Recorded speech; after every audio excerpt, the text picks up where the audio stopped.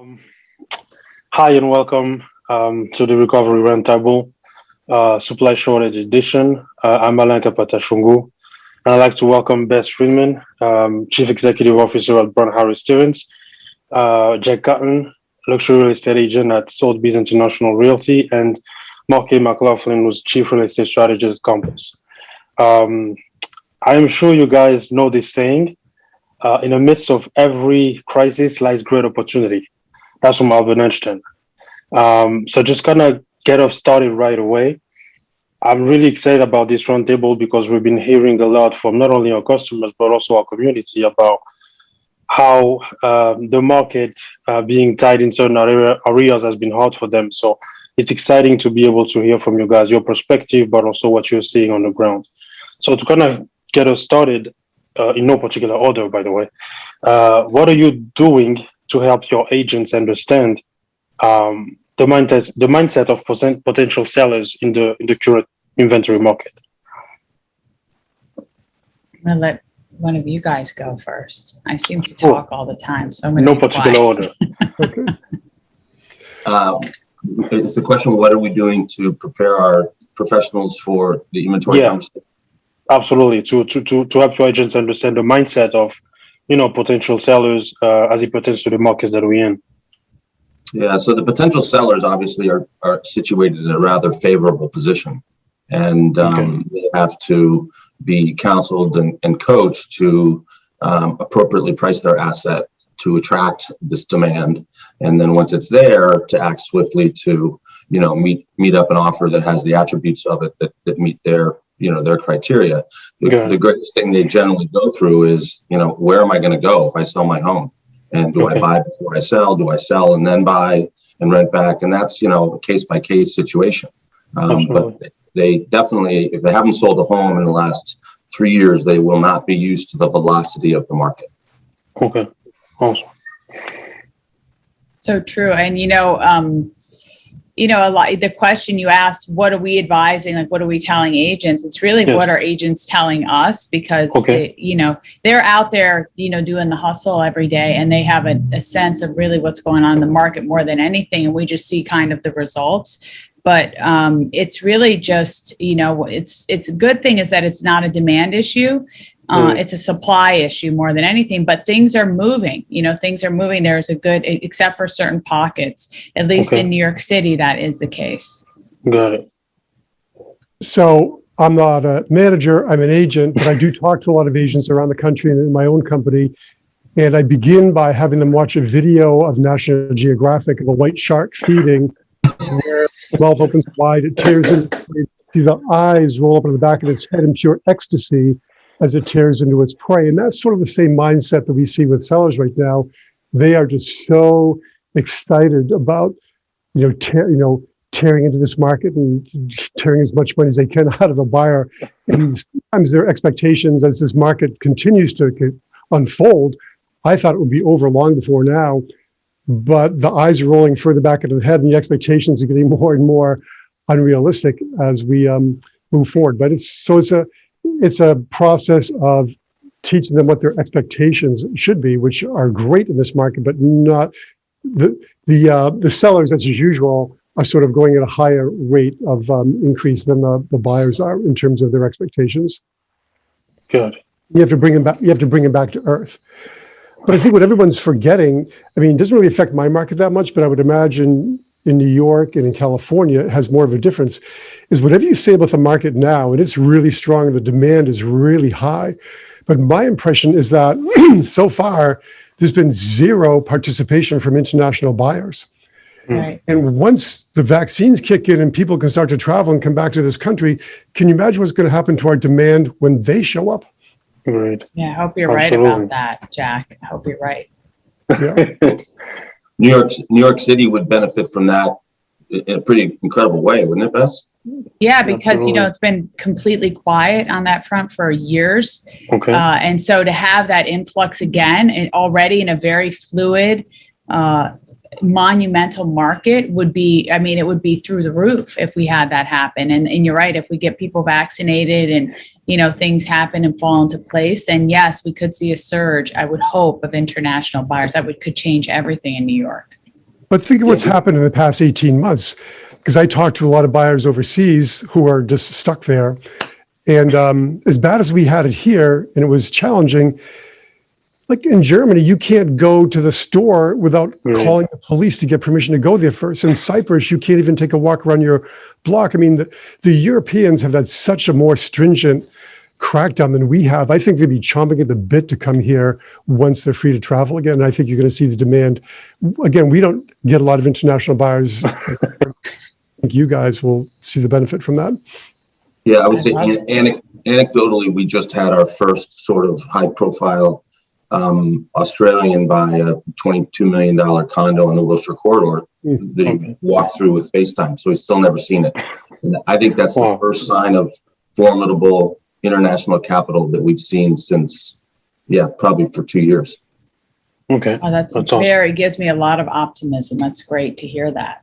Absolutely.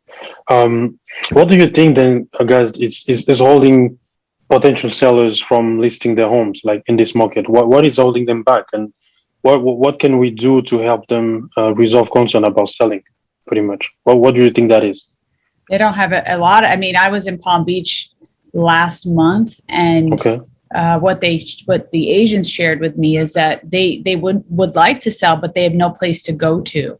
Got it. You know, we have an office on Worth Avenue there in Palm Beach, and our 9 windows are usually full of all this inventory. And now it has some of our inventory in Palm Beach, but it's in New York City, it's Connecticut, because we have nothing to sell anymore because, you know, there's just a limitation. So that's part of, I think, the problem with sellers. Good. There's probably 2 catalysts that could cause some acceleration in the seller category, and that would be if we had a change in the capital gains taxes, and also if we ever begin to see a rising interest rate environment. I mean, how many years have we been saying we'll never see interest rates like this again? And yet, you know, today, depending on, you know, the borrower, it's a low 3 and maybe a 2.875. It's like free money. But if that starts to move, the buyer's purchasing power is going to change, and the sellers might, you know, decide to sell into that. Good. That's a good point too, Mark. Yep. Awesome.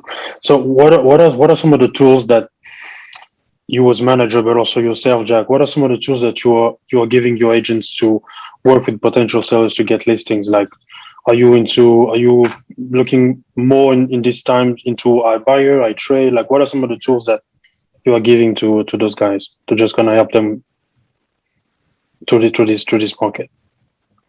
Well, it's really a ground war right now, house by house, seller by seller. And you have to really look at your market as an agent who really knows their market and say, who's been in a house for 5 or 10 years, who's in a house of over blank square feet, who are likely to want to be scaling down at some time in the future. And we just sold a house a couple of months ago, and the guy is going to turn 102 in July. He really didn't want to leave his house, but they felt that we better do it now because we know we have to sell in a couple of years. You guys, 102, he's running out of money and stuff. We don't know what the market's going to look like in 2 years. So you have to find sellers who understand that their game plan for life is to sell maybe the next 3 to 4 years, 2 to 4 years maybe, and that we can't predict what the market's going to look like then, but it's highly unlikely that it's going to be the same as now. So maybe you need to move now. When they're scaling down, it's easier because in this case, they were able to buy something smaller, a condo. But when they're doing a lateral move or, you know, moving up, it's just, you can get a great price for your house, but you cannot replace it, and you burn that bridge, you can't come back.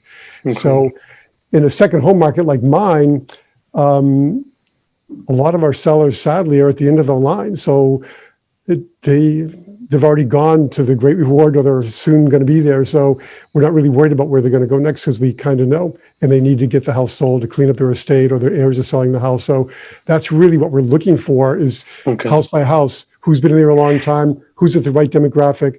Who's in a house that we know is probably too big for them? And just start talking to them about making hay while the sun shines in a great market. I mean, Alan, you asked about what we do, what tools, what things that we provide. And, you know, we you know, there's things like FSBOs and expired listings. that, that help agents, but we don't, at least here in New York, there's this iBuying, I know, sort of taking over a lot of people. I'm sure Mark, you'll talk about it more. We're not doing any of that here in the city, in New York. I don't know, Mark, what is your take on the iBuying? So we see iBuying only in places with sort of a homogeneous housing stock, like where a builder built 3,000 homes, 5 years ago, and inside a credit box of, let's say, 300 to 650. So we don't see much of it in California unless it's, sort of in the Inland Empire. So, just hasn't had a direct impact on us. I will give you two really kind of fun examples of how some of our people are organizing inventory. One is through, some AI type technology that if you identify a seller that had 10 offers, you can, in the radius of 10 miles, you could find 16 more through AI. Another one is one of our professionals had that situation, and she picked up the phone and she called 10 agents, not 10 clients, that she had sold, where she had sold homes to them in 2017, and asked if the sellers would be willing to sell. And she got three people to return her calls, and one of them sold the house. So that's just back to basics, right? Absolutely. There's no AI in that. No, that's back to, what, the fundamentals of our business, relationships. That's back to the the everything. That's, paramount to everything we do. Yeah, absolutely. Are there any, what are you doing in your listing presentations to obviously your agents, to reassure that your agents are competent to, help them evaluate those multiple offers with issues like earnest money, financing contingency, rent back after sales? Or what are you doing specifically in those listing presentations just to make sure that the seller is at ease when he meets one of your agents, for example? Well, Jack, since you're currently working as an agent, why don't you tell us what is your secret sauce? Because Mark and I want to use that and take it, and we'll be able to steal a little bit of it. Sure, no problem. So basically, we had this even before the pandemic. Number one is have a policy for multiple offer situations and make sure, and ours is in writing that I wrote years ago and the company still uses. And it basically explains to a seller, here's what a multiple offer situation looks like. Here's what can happen. Here are your choices. And let us know what your choice is going to be when we get in this situation. And then we have a similar one with the buyers and have them sign off on it also. My experience has been that, well, on one, we're trying to keep it an above board and honest and a system with integrity so that everybody feels like they're being treated honestly and fairly. And as I was telling an agent the other day, what's really funny is I've had buyers actually tell me, we don't want a fair, honest, above board process. We want the house. And so, but anyway, so yeah, giving them the tools, which is tools for the situation that we're in now, is a process for everything. So, think about how big of a deposit you want. We were doing big deposits. Now we're doing small deposits because when we get in a fight over deposit, I'm just lazy. I'll write a check sometimes. People won't give back. So I want a $1,000 deposit, not a $50,000 deposit. So just a policy and a procedure that's in writing and people understand and is a living document that can grow as different situations come up. But, our state, for example, Massachusetts, the Massachusetts Association of Realtors came up with a, what do you call that? An accelerated offer program. Okay. And they made two major mistakes in it. They didn't have a time limit and they didn't have a money limit. And so we had fellow agents here whose offer prevailed under a multiple offer situation with an escalation clause. And they had signed the P&S and were moving towards the closing, and another offer came in and they lost out because there was no time limit or no money limit on the escalation clause in a state provided form. Is that going to be changed? Are they looking to amend? I would think they would be looking to amend that, or they're going to keep it like that. No, trust me, it's been fixed. But you need to have, but policies are important and they have to be really checked by, they just can't you'd have to have somebody competent look at them and make sure they're correct. Because, I mean, anybody knows you need a dollar limit and a time limit, but the state one didn't have one. And some agents got burned. So, but having a procedure, to me, that's the major tool you can provide to an agent. So they have that to fall back on. Good. And Alan, you asked about, listing presentations. Yes.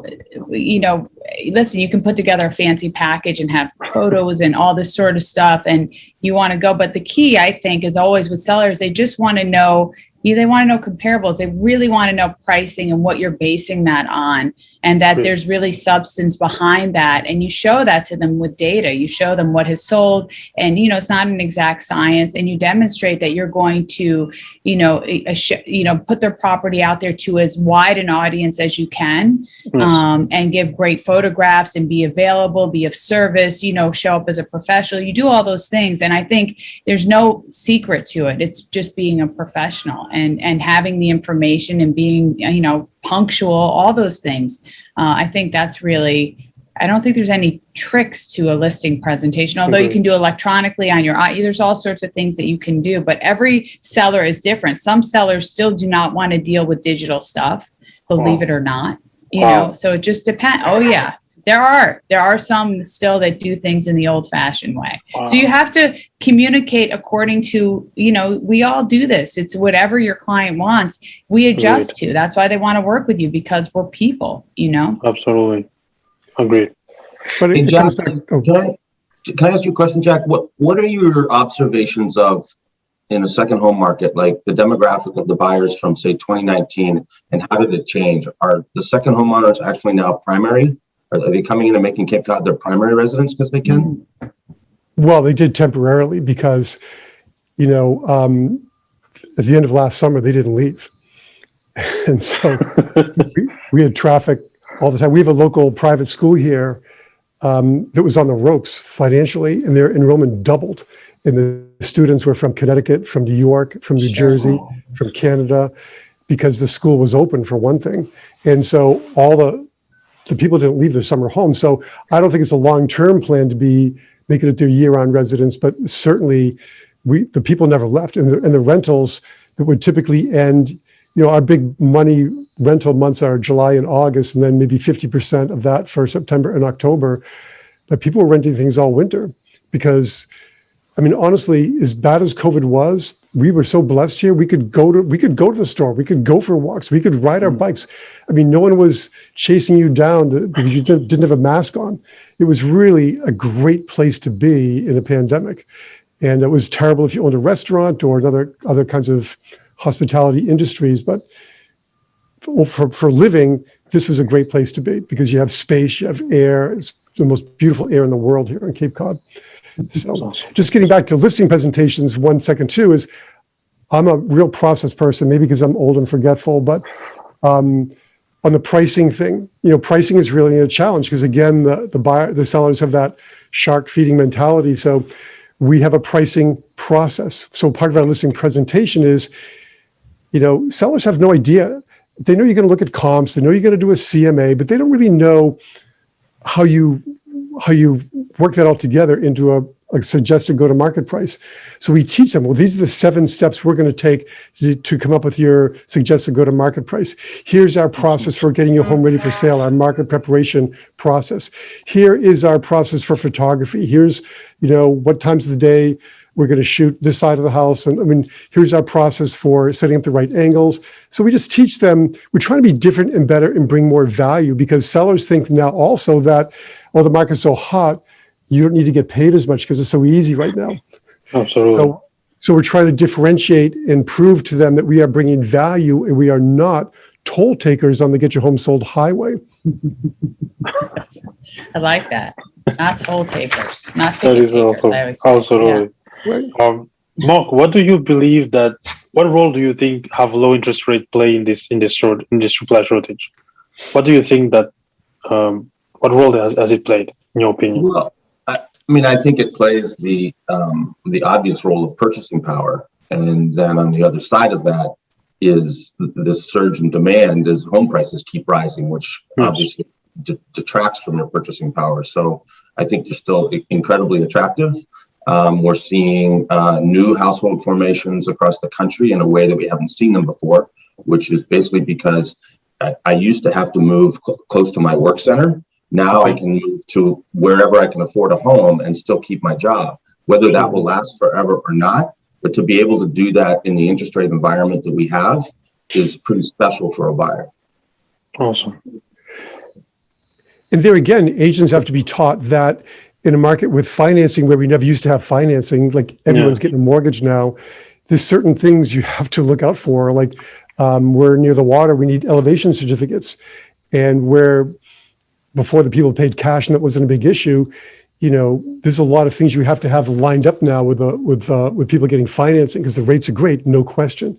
But now there's like 2 or 3 appraisals per sale. You have all this extra documentation people need, and you better be ready with that because all the vendors are busy. If you don't get an elevation certificate or a septic inspection near the water or whatever the case may be prior to a house going to market, and you think you're going to get it later, you're dreaming because you can't. We had to call 12 plumbers yesterday to get one thing fixed.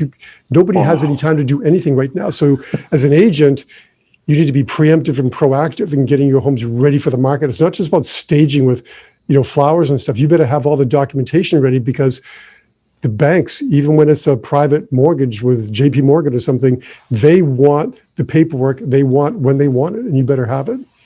Right. Wow. So this one actually could go to you as well, Jack. Like in terms like the ones that we're living in, where homes are staying on the market for only a few days. Like, how can you demonstrate the value to potential sellers? Like, what can you do as an agent, whether it's asking price or something that you just mentioned earlier? Like, how can you demonstrate that value to potential sellers? Well, Bess mentioned it before. You basically tell the story of how you're going to present their property to the world because people think that because the market's so strong, a property just has to show up. And it can't just show up. It has to be prepared for the market. The photography has to be curated. The videos have to be telling a story.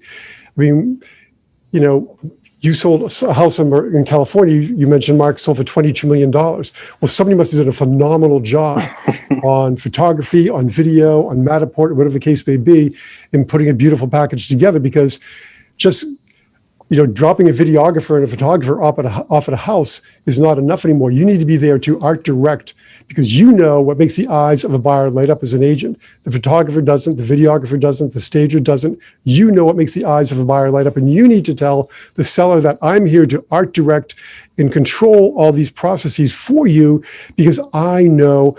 I mean, a stager, a photographer, a videographer has never walked through a house with a buyer to see what makes their eyes light up. I know how to frame the picture. I know what needs to be in the video. I know what's important with market preparation. And these are all the value adds that need to be in your listing presentation to have the seller understand that even in a hot market, there's more value that can be brought out of that sale with the right presentation. Awesome.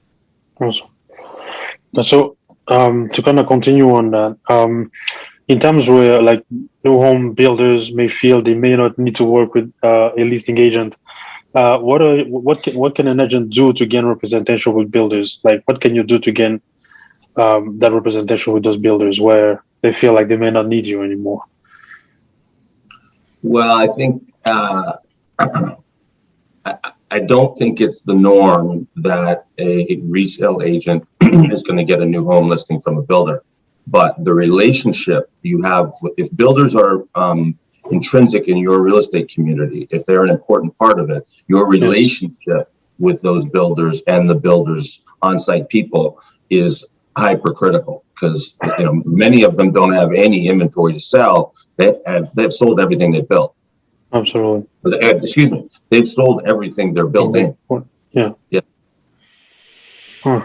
Interesting. I guess it just depends. I mean, it really does depend. A lot of times builders just they don't want to have an agent. They don't feel like they need representation. But as Mark said, depending on, I think an agent can add incredible value and expose, the home to other, people and other things that the builder wouldn't necessarily have access to, which is why they would want to maximize that.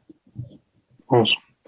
I still think that I loved all of Jack's comments about, the presentation and the quality of that and the breadth of that. But I still think that one of the most important things in this market and in any market that a client has for a real estate professional is trust.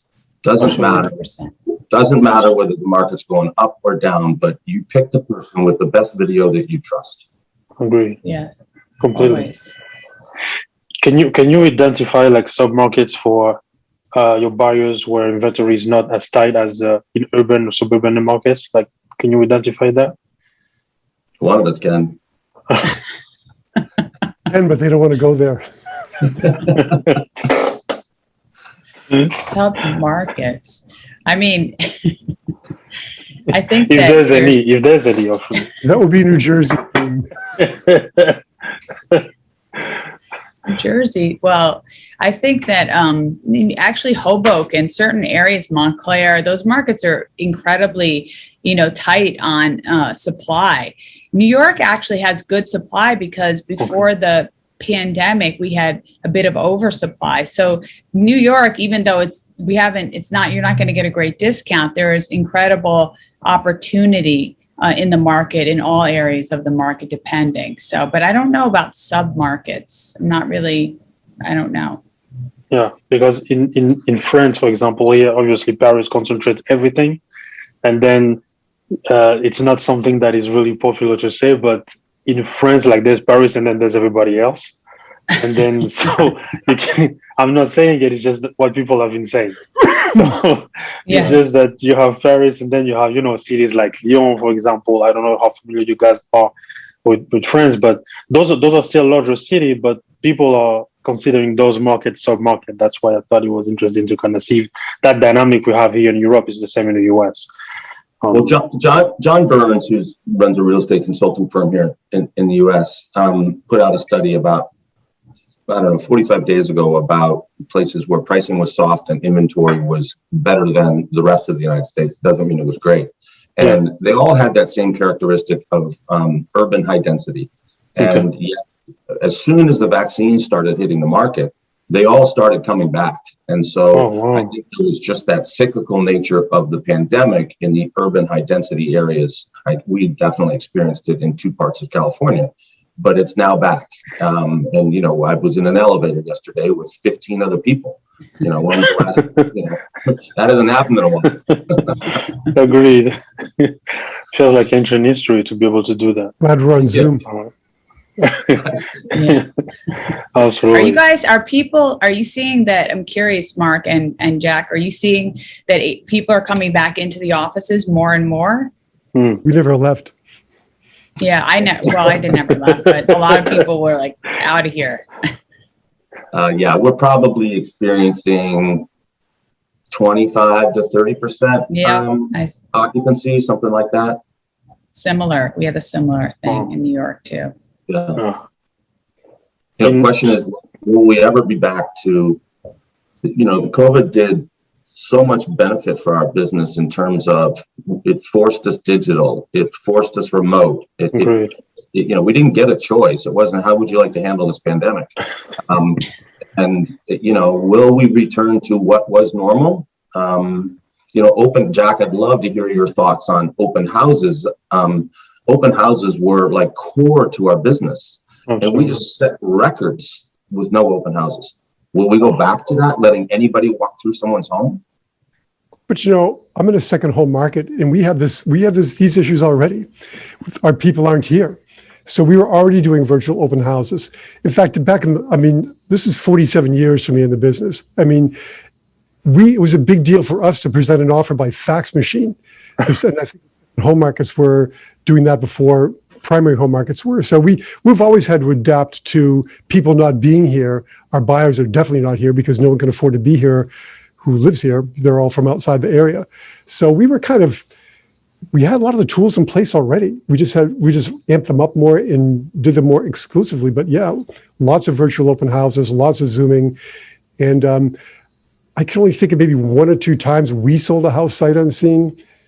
But we came up with a healthy showings protocol, and my sellers really loved it, and a lot of other agents used it, which is a whole protocol that we had for making sure your house is being kept safe during the height of the COVID thing last summer. And we let the buyer agents know, here's the protocol we'll be following. You will come to the front door. You will have a mask. You will take your shoes off. You will have your hands sprayed. You will not. The lights will be on. The doors will be open. You don't have to open doors or touch things. So we had a whole written thing that made everybody more comfortable. So we were still doing in-person showings, but the open houses were 100% virtual. So we were already doing that anyway. And we just maybe got better cameras or, better microphones and, better techniques and stuff. But it was already in hand here in the second home market. Awesome. So this can also go to you as well, Jack. What are you doing to help potential sellers find place to go if they sell? Like rentals, what is there? What's available to them? Most of our sellers have a real clear plan of where they're going to go. A lot of times it's to a, what do you call those places? Assisted living place, or the place on the hill with the long black cars out front. But they're not really moving around here that much. Okay. So, no one's being transferred here. They're not, occasionally they're moving up, but they just know now that they have to, buy before they sell. That's the most, I guess, now that I think of it, that's the most important thing we're seeing is that people before might say, well, we're going to sell and then try to find something bigger. Now they're finding something better and they're buying it and then putting their house on the market afterwards. Okay. So it hasn't really been a big issue for us. Awesome. Guys, I think we are at the end of this interview. So Bess, Jack, Mark, thank you so much again for your time. I know how scarce and valuable it is, which is why I appreciate that much. This was a terrific roundtable, and I really appreciate your time as always. So thanks for sharing all your insights and learnings with us. And as usual, I'm going to keep you guys in the loop as it pertains to when we're going to be publishing this roundtable. And once again, I appreciate your time as always. Really grateful. Thank you, guys. Nice to meet you, Jack. Mark, you take care of yourself. I'll see you soon. Absolutely. Alan, I see you soon. Absolutely. Bye, you guys. Absolutely. Have a good day. You too.